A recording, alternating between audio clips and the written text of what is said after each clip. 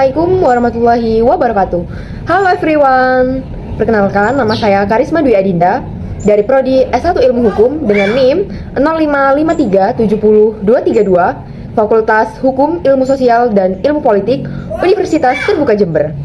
Dalam video singkat ini, saya akan memenuhi tugas tutorial 1 dengan nama dan kode mata kuliah MKWN 4110 Pancasila dengan tema Pelajaran dari Sejarah Pancasila bagi Generasi Muda terhadap fokus proses lahirnya Pancasila. Selamat menyaksikan. Sejarah lahirnya Pancasila bermula dari dibentuknya BPUPK atau Badan Penyelidik Usaha-Usaha Persiapan Kemerdekaan atau Dokuritsu Junbi Chosakai pada tanggal 29 April 1945 yang diketuai oleh Dr. Rajiman Nuedio Diningrat dan wakilnya yang terdiri dari Ichibang Ase dari Jepang dan Raden Panji Suroso dari Indonesia. BPUPK ini bertugas menyelidiki dan mempersiapkan hal-hal yang berkaitan dengan pembentukan negara Indonesia merdeka yang mencakup perumusan dasar negara Pancasila, penyusunan rancangan Undang-Undang Dasar 1945, serta penetapan bentuk negara dan pemerintahan. Dalam sejarahnya, BPUPK menjalankan sidang pertamanya pada tanggal 29 Mei sampai 1 Juni 1945 bertempat di Gedung Cho Sang-in atau Gedung Pancasila. Dalam sidang ini, sejumlah tokoh, Muhammad Yamin, M.R. Supomo, dan Insinyur Soekarno menyampaikan gagasannya tentang perumusan dasar negara.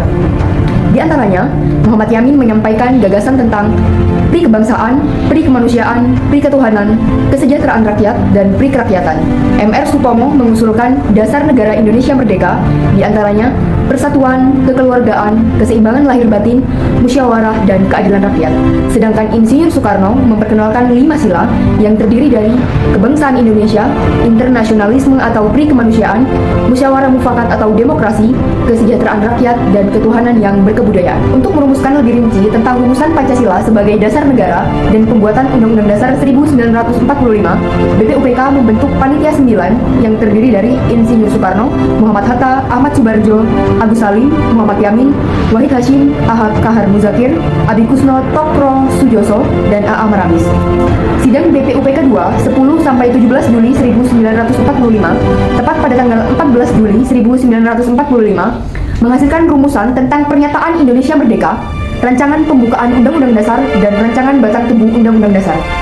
Hasil pembahasan Panitia 9 tertuang dalam Piagam Jakarta pada tanggal 22 Juni 1945. Rumusan tersebut antara lain ketuhanan dengan kewajiban menjalankan syariat-syariat Islam bagi pemeluk-pemeluknya, kemanusiaan yang adil dan beradab, persatuan Indonesia, kerakyatan yang dipimpin oleh hikmat kebijaksanaan dalam permusyawaratan perwakilan, dan keadilan sosial bagi seluruh rakyat Indonesia. Namun, perumusan tentang dasar negara masih menimbulkan perdebatan antara kelompok kebangsaan dan kelompok Islam. Akhirnya, saat rapat panitia perancang Undang-Undang Dasar pada tanggal 11 Juli 1945, J. Latuharhari menyampaikan keberatan, terutama pada kalimat kewajiban menjalankan syariat-syariat Islam bagi pemeluk-pemeluknya. Setelah melalui berbagai kesepakatan pada rapat PPKI, Panitia Persiapan Kemerdekaan Indonesia atau Dokuritsu Junbi Inkai pada tanggal 18 Agustus 1945 yang diketuai oleh Insinyur Soekarno dan wakilnya Muhammad Hatta dengan tugas mempersiapkan kemerdekaan selekas-lekasnya. Muhammad Hatta menyebutkan perubahan kalimat pada dasar negara menjadi negara berdasarkan ketuhanan yang Maha Esa. Dalam sidang PPKI ini juga meresmikan Pancasila sebagai dasar negara Republik Indonesia dan mengesahkan Undang-Undang Dasar 1945. Nilai-nilai Pancasila yang tercermin dari proses lahirnya Pancasila melalui BPUPKI, Piagam Jakarta, dan PPKI adalah 1. Ketuhanan yang Maha Esa. Nilai ini tercermin dari perdebatan dan perubahan rumusan pada Piagam Jakarta tentang kewajiban menjalankan syariat Islam menjadi kalimat yang lebih inklusif, yaitu negara berdasarkan ketuhanan yang Maha Esa. Hal ini menunjukkan sikap toleransi dan penghormatan terhadap keberagaman agama di Indonesia. Yang kedua, kemanusiaan yang adil dan beradab. Dalam diskusi BPUPKI, gagasan tentang pri kemanusiaan yang adil dan beradab muncul untuk menegaskan bahwa negara harus menjunjung nilai kemanusiaan dalam segala aspek tanpa diskriminasi.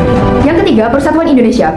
Pembentukan Panitia 9 dan kesepakatan bersama di PPKI menunjukkan nilai persatuan yang tinggi, mengutamakan kepentingan bangsa secara keseluruhan di atas kelompok-kelompok tertentu. Yang keempat, kerakyatan yang dipimpin oleh hikmat kebijaksanaan dalam permusyawaratan perwakilan. Proses perumusan dan pengesahan Pancasila melalui sidang bersama berbagai tokoh dan wakil kelompok berbeda menunjukkan nilai demokrasi musyawarah dengan kebijaksanaan yang mengutamakan mufakat. kelima, keadilan sosial bagi seluruh rakyat Indonesia. Pembahasan mengenai kesejahteraan rakyat dan keadilan sosial dalam rumusan awal dan sidang BPUPKI menegaskan komitmen untuk menciptakan keadilan bagi seluruh warga negara Indonesia. Pelajaran yang dapat diambil sebagai generasi penerus bangsa, memperingati hari lahirnya Pancasila bukan sekedar mengenang sejarah, tetapi juga menguatkan kita akan tanggung jawab untuk melanjutkan perjuangan dalam bentuk relevan dengan tantangan zaman sekarang. Kita harus menjunjung tinggi nilai-nilai Pancasila dalam kehidupan sehari-hari. Dengan menanamkan dan mengamalkan Pancasila, kita dapat berkontribusi secara signifikan dalam membangun Indonesia yang lebih maju, adil, dan sejahtera berdasarkan cita-cita para pendiri bangsa sesuai yang tercantum dalam pembukaan Undang-Undang Dasar 1945. Dengan demikian, Pancasila tidak hanya menjadi simbol masa lalu, tetapi juga menjadi pondasi yang kokoh bagi masa depan indah yang lebih maju, harmonis, dan berkeadilan. Mari kita jadikan hari kelahiran Pancasila sebagai momentum untuk memperbarui komitmen kita dalam mengimplementasikan nilai-nilai luhur demi kejayaan bangsa dan negara Indonesia.